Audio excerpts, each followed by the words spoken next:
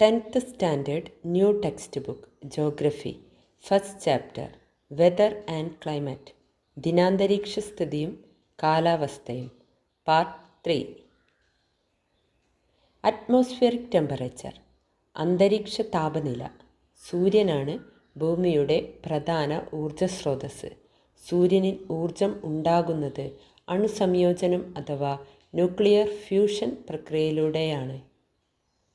അണുസംയോജനം രണ്ടോ അതിലധികമോ ചെറിയ അണുകേന്ദ്രങ്ങൾ കൂട്ടിയിടിയിലൂടെ സംയോജിച്ച് വലിയ ഒരു ആറ്റം രൂപപ്പെടുന്ന പ്രതിപ്രവർത്തനമാണ് അണുസംയോജനം.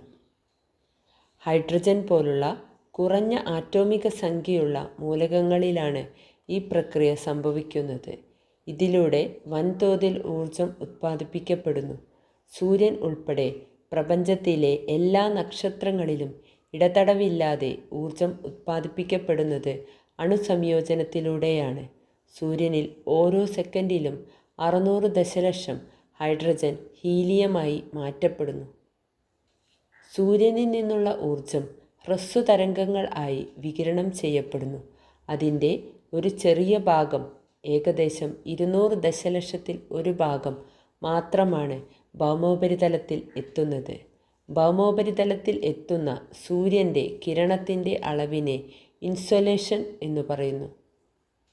ഹ്രസ്വതരംഗങ്ങൾ ചൂടേറിയ വസ്തുക്കളിൽ നിന്നും ഊർജം വികിരണം ചെയ്യപ്പെടുന്നത് ഹ്രസ്വതരംഗങ്ങൾ ആയിട്ടാണ്.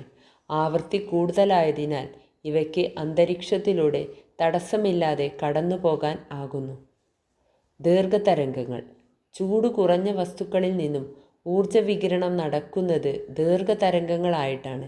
ഈ തരംഗങ്ങൾക്ക് ആവൃത്തി കുറവായതിനാൽ അന്തരീക്ഷ വസ്തുക്കളാൽ ആഗിരണം ചെയ്യപ്പെടുകയോ പ്രതിഫലിക്കപ്പെടുകയോ ചെയ്യുന്നു.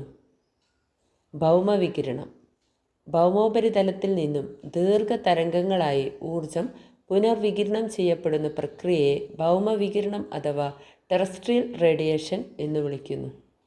സൂര്യനിൽ നിന്നും ഭൂമിയിലേക്ക് വരുന്ന സൗരവികിരണത്തിൻ്റെ ഒരു ഭാഗം അന്തരീക്ഷ വസ്തുക്കളിൽ തട്ടി പ്രതിഫലിക്കുകയും മേഘങ്ങൾ, പൊടിപടലങ്ങൾ എന്നിവയാൽ ആഗിരണം ചെയ്യപ്പെടുകയും ചെയ്യുന്നു.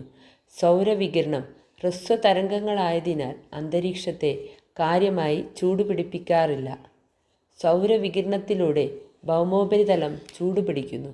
തുടർന്ന് വിവിധ താപന പ്രക്രിയകളിലൂടെ ഭൗമോപരിതലത്തിൽ നിന്നും അന്തരീക്ഷത്തിലേക്ക് താപവ്യാപനം ഉണ്ടാകുന്നു. താപചാലനം, സംവഹനം, അഭിവഹനം, വികിരണം എന്നിവയാണ് പ്രധാന താപന പ്രക്രിയകൾ.